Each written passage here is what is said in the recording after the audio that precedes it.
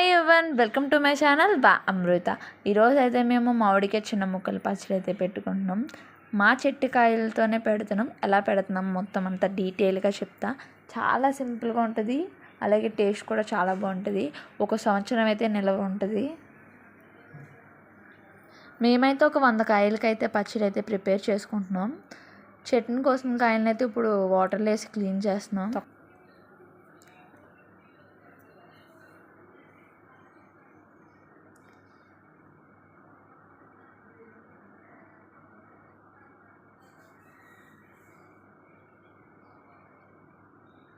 మొత్తం అన్నీ కూడా ఈ విధంగా అయితే వాష్ చేసుకున్నాను. చిన్న ముక్కలు పచ్చడికి అయితే నేను కలెక్టర్కాయలు అనేది తీసుకున్నాను. చాలా టేస్టీగా ఉంటాయి కలెక్టర్కాయలు, ఈ పచ్చడికి సెట్ అవుతాయి బాగా.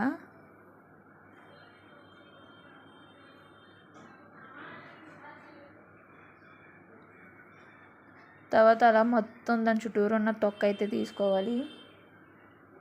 పేలర్ ఉంటే దాంతో తీసుకుంటే సరిపోద్ది.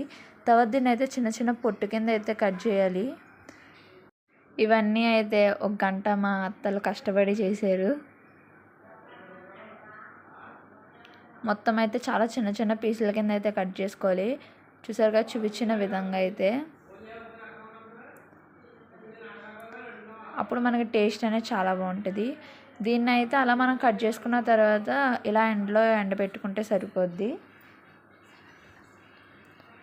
70% అయితే ఎండబెట్టేసుకోవాలి మనం. అది ఎలా అనేది కూడా నేను చెప్తాను.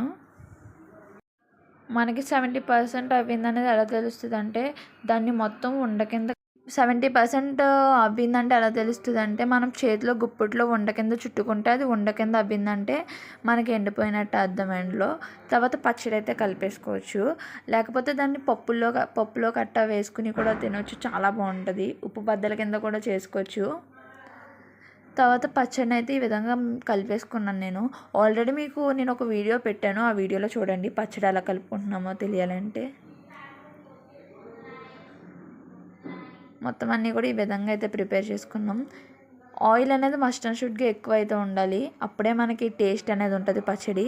కానీ చిన్న మామిడికాయ పచ్చడి చాలా బాగుంటుంది, డెఫినెట్గా ట్రై చేయండి. మీకు కనుక మా వీడియో నచ్చినట్టయితే లైక్ చేయండి, షేర్ చేయండి, కామెంట్ చేయండి, సబ్స్క్రైబ్ చేయండి. Thank you for watching this video. మీకు పచ్చడి ఎవరు పెడతారో కామెంట్ చేయండి. మాకైతే మా అమ్మమ్మ పెడుతుంది.